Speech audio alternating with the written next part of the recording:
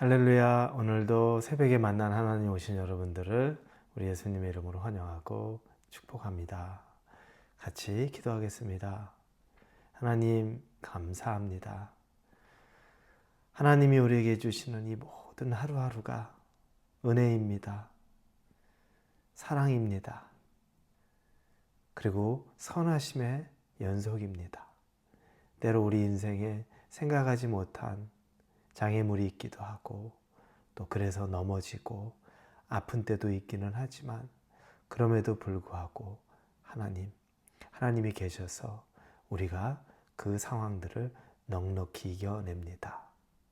믿음으로 하나님 앞에 단단히 서게 하여 주시고 감사를 잃지 않는 삶을 살아가게 하여 주옵소서.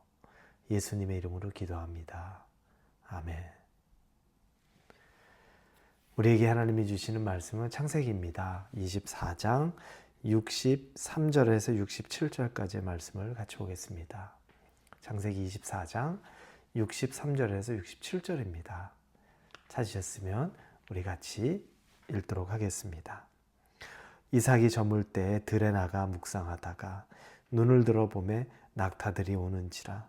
리브가가 눈을 들어 이삭을 바라보고 낙타에서 내려 종에게 말하되 들에서 배회하다가 우리에게로 마주오는 자가 누구냐? 종이 이르되 이는 내 주인이니이다.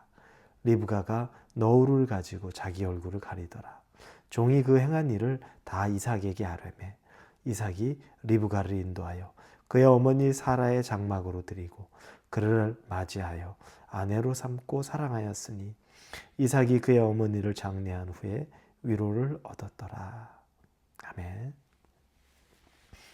이삭의 아내를 얻기 위해 아브라함이 자기의 늙은 종을 낙타 10마리와 또 재물들을 통해서 하란으로 보냅니다. 그것은 자기의 친척들이 살고 있는 곳입니다. 그리고 그곳에서 이 늙은 종은 리브가를 만났고 이제 리브가의 아버지 부두엘과 그리고 그의 오빠인 라반을 직접 만나서 그간의 모든 일들을 이야기합니다. 그리고 나서 요청하죠. 이제 어떻게 하시겠습니까? 나는 이제 우리 주인인 아브라함에게 돌아가야 되는데 당신의 딸 이 리브가를 이삭의 아내로 주시겠습니까? 아니면 주지 않겠습니까? 라고 묻습니다.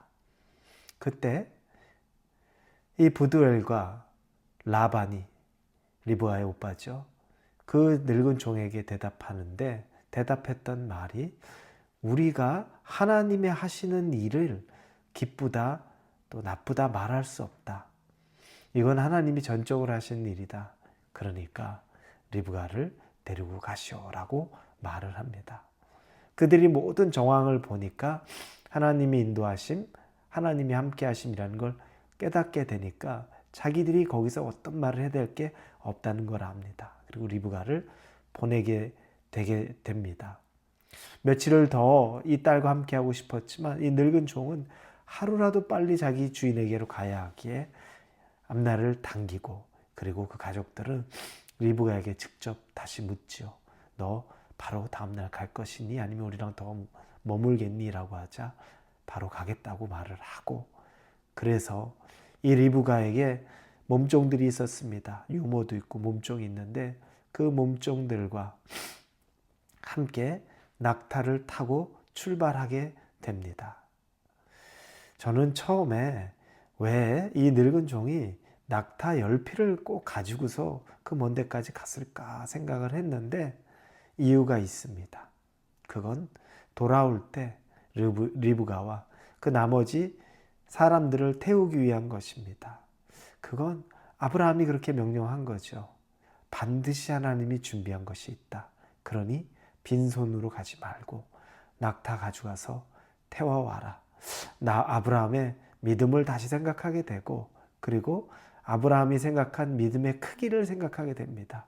낙타 10마리에 다시 태우고 올 사람들. 그래서 참 그릇이 크구나라는 생각을 하게 됩니다. 결국 그렇게 해서 낙타를 타고 리브가는 자기의 집을 떠나서 이 가나안으로 이동하는데 그날 이삭이 오늘 본문에 보니까 63절에 이삭이 저물 때 들에 나가 묵상하다가 눈을 들어보매 낙타들이 오는지라. 해가 저무는 때 그가 하나님에게 묵상하러 나갔다고 나옵니다. 그 아버지의 신앙 그대로 이삭도 그 신앙을 가진 것입니다. 저물어서 하나님에게 묵상하기 위해, 하나님과 기도하기 위해, 하나님 만나기 위해 들에 나가 있다가 낙타의 행렬을 보게 되죠. 자기 종의 모습을 보게 된 겁니다. 그랬더니 종이 이제 와서 자기 이삭에게 말합니다. 이렇게 하나님이 역사하셔서 준비해 둔 아내가 있습니다 라고 이야기합니다. 그러자 이 이삭은 그 리브가를 보고 기뻐합니다. 그리고 나서 자기 어머니 죽었던 사라지요. 장례를 치렀죠. 사라가 머물던 장막으로 그 리브가를 데리고 갑니다. 그리고 나중에 혼례를 올리고 아내를 맞이합니다. 그리고 나서 오늘 본문의 맨 마지막에 보니까 이삭이 그의 어머니를 장례한 후에 위로를 얻었더라 라고 나옵니다. 이제 비로소 그가 이 마음에 허한 마음, 이 마음에 위로, 자기는 독자였잖아요. 형제도 없었죠. 어머니의 사랑 얼마나 많이 받았겠습니까? 그 어머니 떠나보낸 후에 이제 위로를 받게 된 겁니다. 저는 이 이삭을 얻는 이 한 과정을 보면서 한편에 정말 영화와 드라마 같은 것을 생각하게 됐습니다. 하나님의 계획이 분명히 있었습니다. 이삭을 향한 하나님의 계획, 그에게 내가 아내를 준비시켜 주겠다라는 하나님의 계획이 있고, 그 계획은 사랑을 전제로 합니다. 내가 너무너무 사랑하는 그 아들. 그래서 오후 이제 나절이 지나면 들에 나가서 묵상하는데 그 마음이 얼마나 허한 묵상이었겠습니까?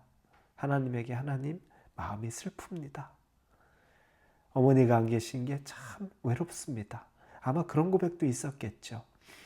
하나님의 계획이 있고 하나님의 사랑이 있고, 하나님은 계획하고 사랑하시고, 그리고 사람은 그 과정에서 순종함으로 하나님의 일에 역사함에 우리가 같이 동참하게 되는 겁니다.